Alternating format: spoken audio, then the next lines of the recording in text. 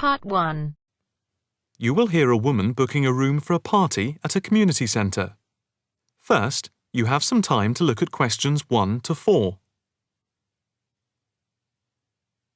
Listen carefully and answer questions 1 to 4. Hi, good morning. My name's Pete. How can I help you? Hi, my name's Maria Lincoln. I understand you hire out rooms in the community centre as venues for parties? Yes, we do. We've various sized accommodation. It depends on what you're looking for, really. We're looking to hold a party, a children's birthday party, and we need a room that will hold about 70 people, with space for a small disco area, games, dancing, and food. Well, we have a large room, and it would certainly hold at least 100 people comfortably. It's used a lot for parties and things like that. That sounds as if it might be suitable. I've tried various venues, and they're either booked up or they don't hold enough people. Can you tell me when you were thinking of holding the party? I know it's short notice, but we wanted to hold it Saturday week. That's September 15th. Let's have a look. Yes, you're in luck. The Mandela suite is free then. I'll just write that down. Mandela.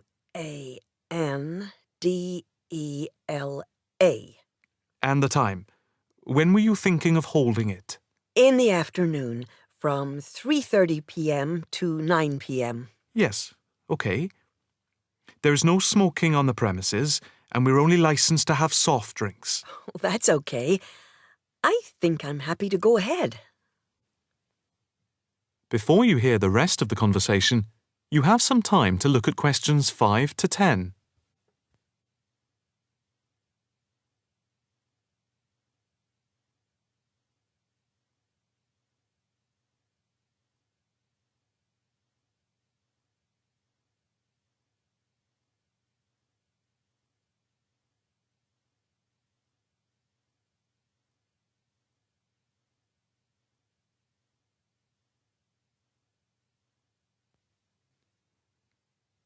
Now listen and answer questions 5 to 10. Can you just give your postcode? Yes, it's PA5 7GJ. Fine. And the flat and street number? It's flat number 40, and the street number is 35. Okay, so that's flat 40, 35 Beaches Street. Yes, that's right. And a contact number? My landline is 223279 with the code. But I'll give you my mobile number, which is 07897 293381. Okay, 293381. Can you tell me how much it will cost? It's quite reasonable, actually. It's £115 for the hire of the room, with tables and chairs. But if you want to hire disco equipment, we've got a basic system with speakers and other equipment for £25. But there is no technician around in case anything goes wrong. And of course, it's optional.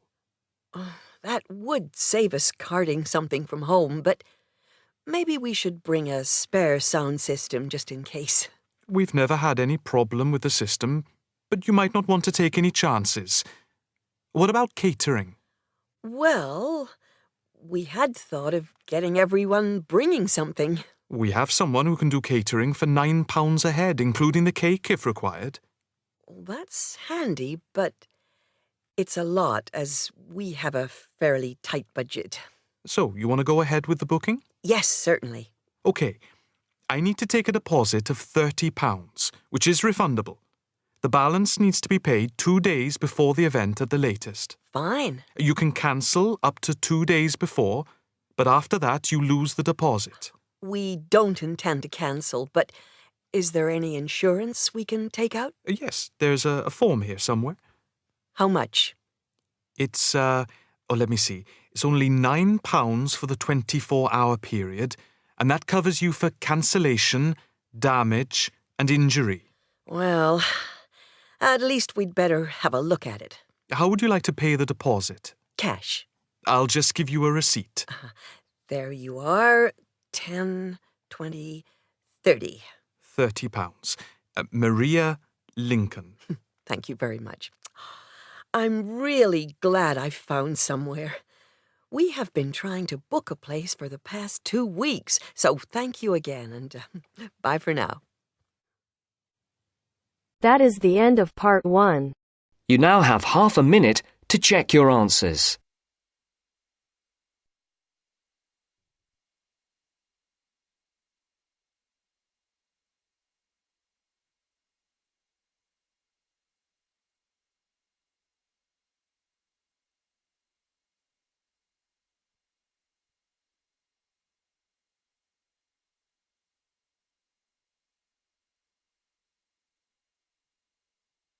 Now turns to part 2.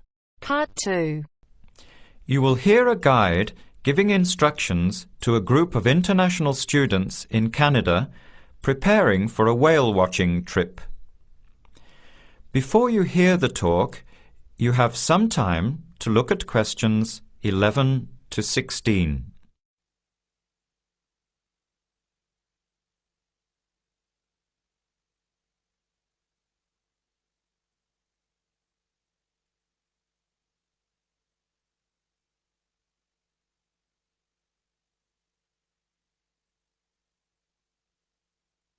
Now listen carefully to the first part of the talk and answer questions 11 to 16.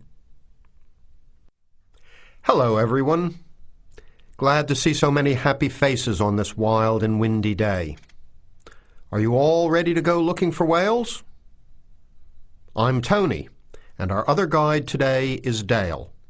We'll be using these 2 rubber boats you see here, and our trip today will take 3 hours. In a few minutes, we'll be heading into part of the largest temperate rainforest of the Pacific Northwest. I'll show you our route on the map here. This is where we are now. We'll be leaving the sheltered bay and heading out across the mouth of the bay toward the open water. As you know, last night there were strong winds in the area, so we can't go out into the ocean as we had planned.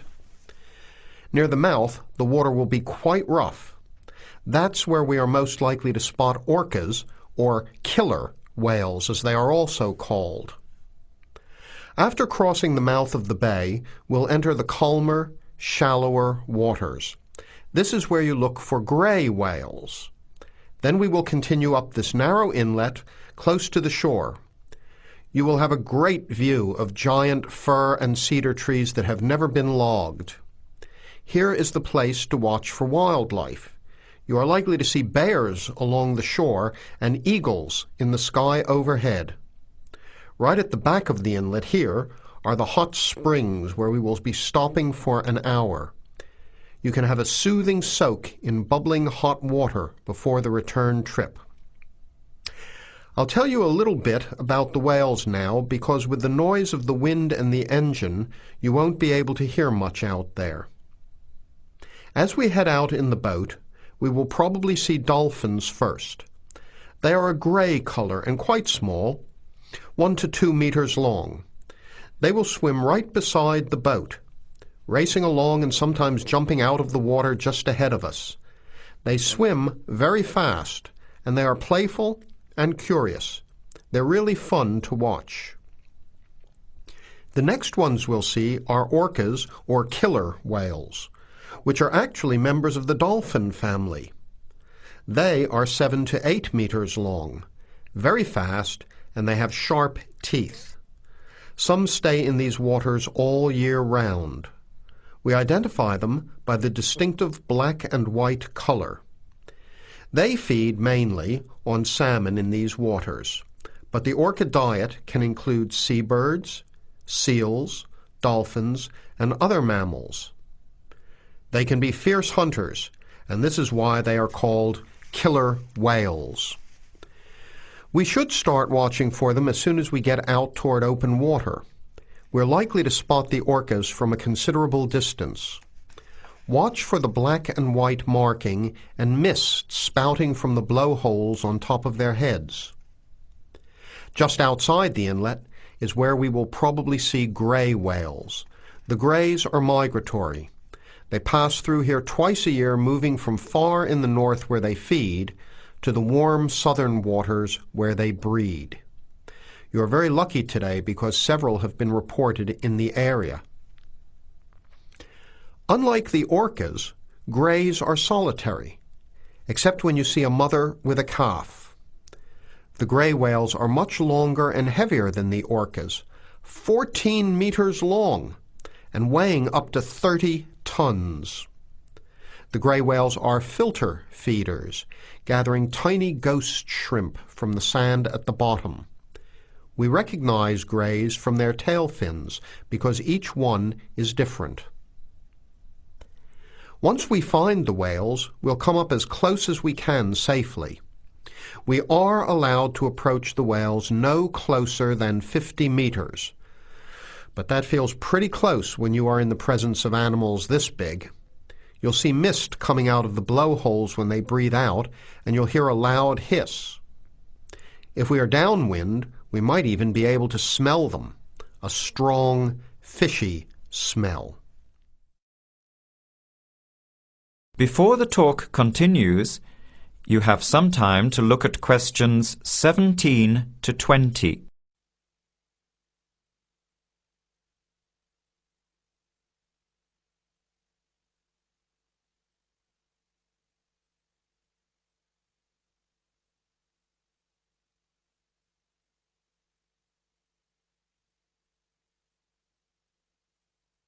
Now, as the talk continues, answer questions 17 to 20.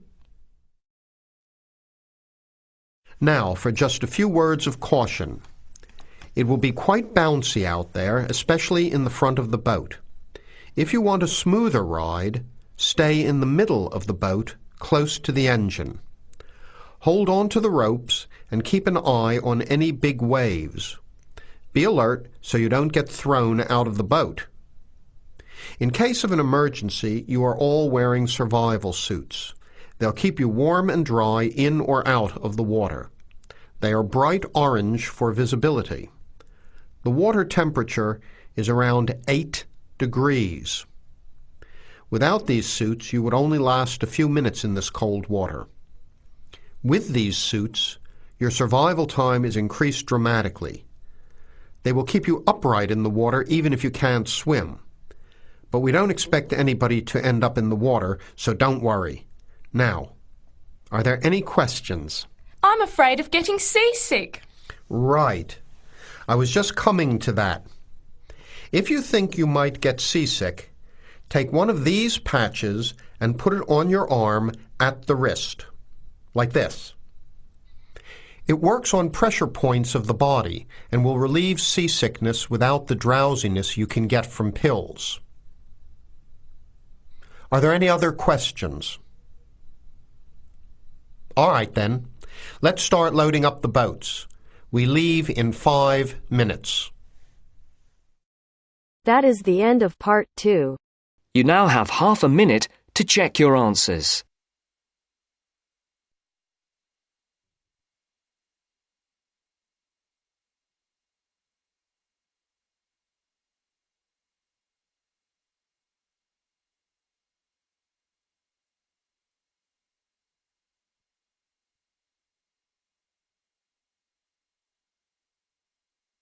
Now turns to part 3. Part 3. You will hear a student union officer's speech.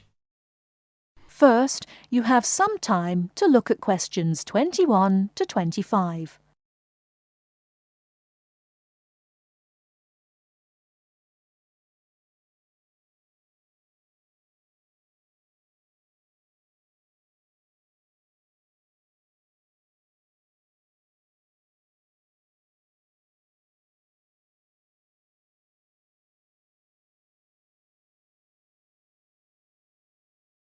Now, listen carefully and answer questions 21 to 25. Hi there. May I wish you a very warm welcome to Ealing College. and more especially to the Student Union. The Student Union is run by 4 sabbatical officers, of which I am one. As the president, I am charged with the overall day-to-day running of the union itself, according to established policies within the Constitution. We also have a brilliant staff team who'll help us, and you'll meet them when you have 5 minutes to drop in and see us. The last year has seen the Student Union grow from incorporating a bar and a few offices with a small shop into being a thriving concern, which controls, to its credit, 2 bars, a cafe bar or restaurant, a shop, a comprehensive welfare department, and numerous offices. All this has been achieved by sheer hard work and dedication on the part of last year's sabbatical team and staff, who overcame many obstacles and teething problems, but won through in the end. This year, our aims as a team will be to consolidate on what has already been achieved, and to secure the future of the Union.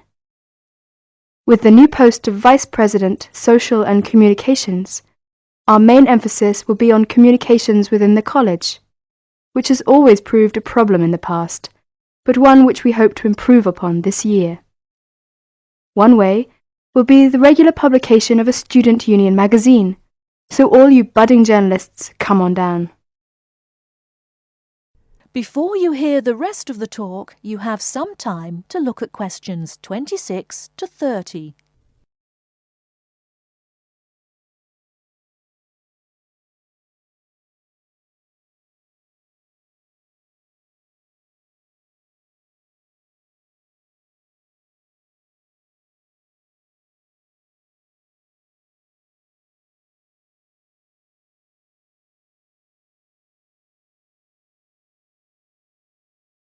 Now listen and answer questions 26 to 30. We are very aware that a lot of you have never had any contact with student unions before, and don't know what they are or what they can do for you. So basically, here's a quick rundown. If you have any problems at all, either when you start college or throughout your time here, don't hesitate to drop in the SU office in the North Building and see Pat, our office assistant. She will be able to help you with most of your day-to-day general inquiries, or if she can't, she will direct you to one of our staff who can. Myself and the other 3 vice presidents are here every day, and if you need to see us, just fix a time with Pat, and we'll be only too happy to help you.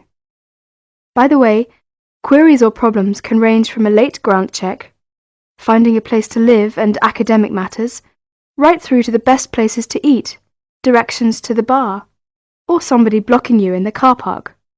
We'll give anything our best shot. Please remember, while you're at Ealing, that going to college is not just about education. Make sure you enjoy yourself as well, because believe me, time will fly once you're here. Ealing is a really good place to live, as there is lots to see and do. And don't forget, the metropolis of central London is only 20 minutes away by tube. Finally, the Student Union is an organisation run by students for students. So if there is anything you don't agree with, or you have any new ideas, please come along to the Union General Meetings and don't be afraid to speak up. Or you could give up a little of your time and stand for the Executive Committee, which is made up of students who help us out with lots of interesting things. I would like to take this opportunity to thank all the sabbaticals of the last 2 years who have worked so hard. My very special thanks goes to Winston, Martin and Peter and all the staff who not only did a great job but have been my good friends as well. Lots of luck and success for your year at Ealing. Work hard, but play hard as well. That is the end of part 3. You now have half a minute to check your answers.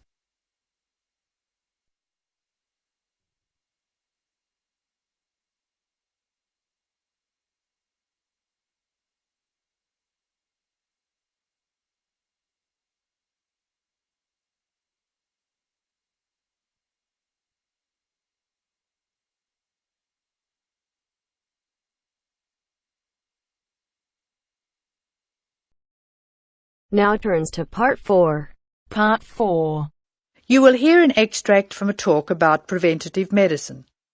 Specifically, how students can look after their own health.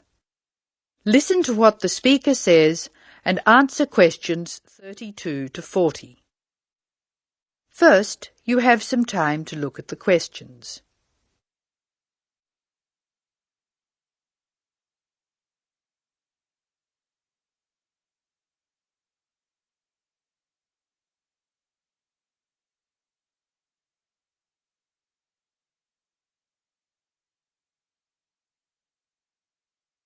Now listen carefully and answer questions 32 to 36.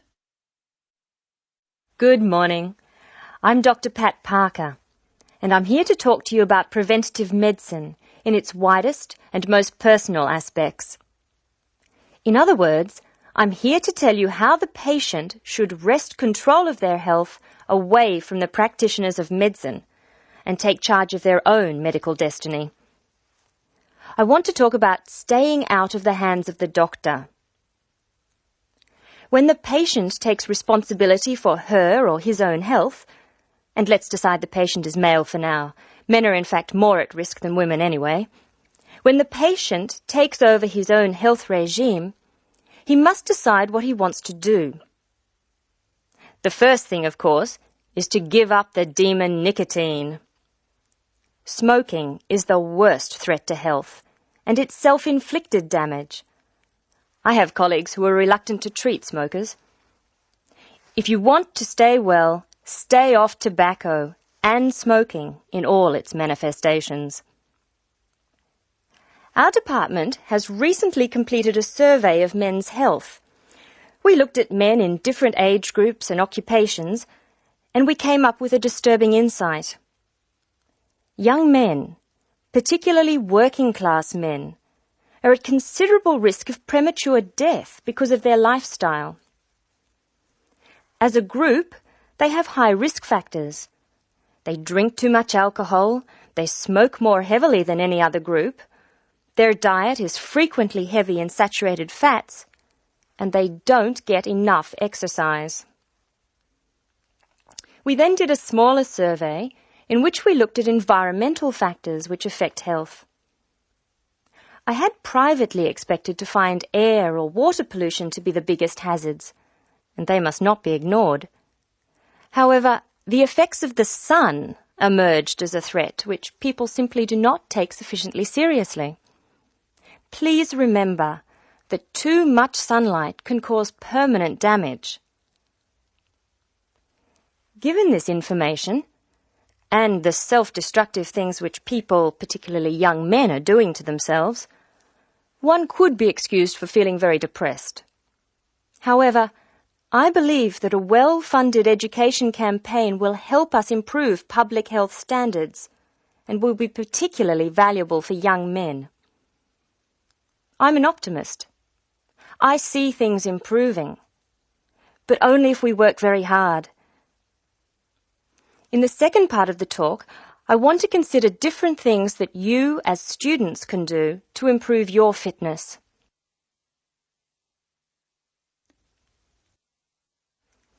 So now I'd like to issue a qualification to everything I say. People will still get sick, and they will still need doctors. This advice is just to reduce the incidence of sickness. It would be great if disease were preventable, but it's not. However, we have power. In the late 80s, the Surgeon General of the United States said that 53% of our illnesses could be avoided by healthy lifestyle choices.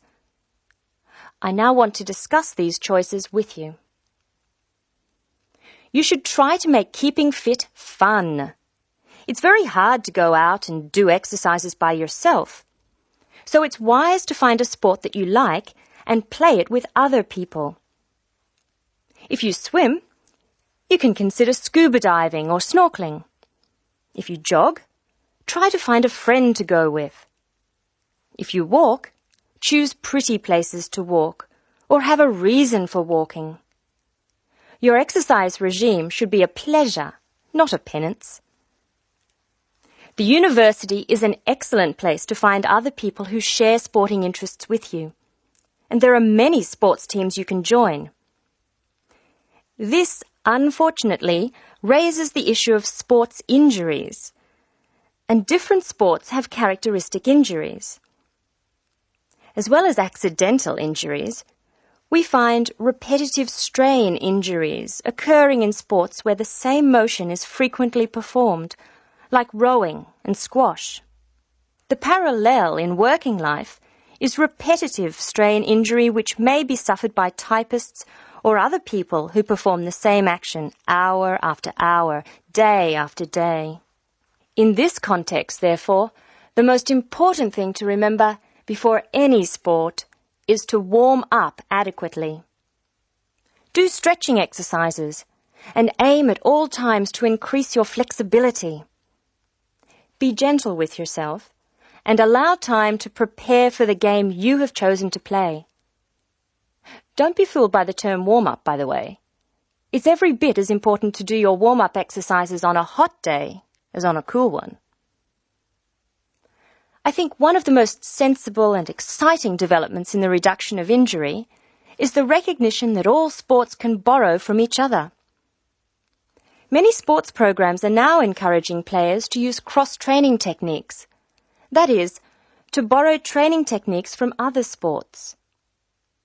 Boxers have been using cross-training for years, building up stamina by doing road work and weight training while honing their skills and reflexes.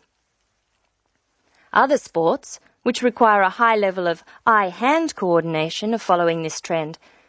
So, you see table tennis players running and jogging to improve their performance, and footballers doing flexibility exercises, which can help them control the ball better.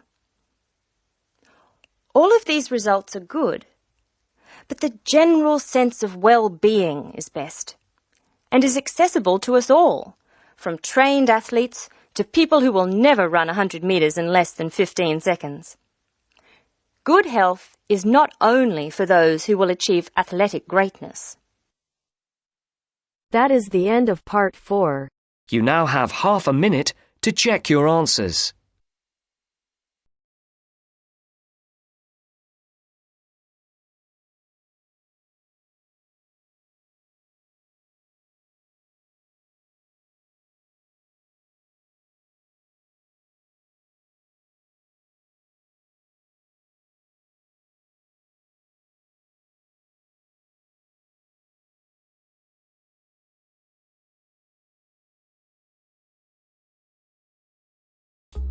That is the end of the test. You now have 10 minutes to transfer your answers to your IELTS listening answer sheet.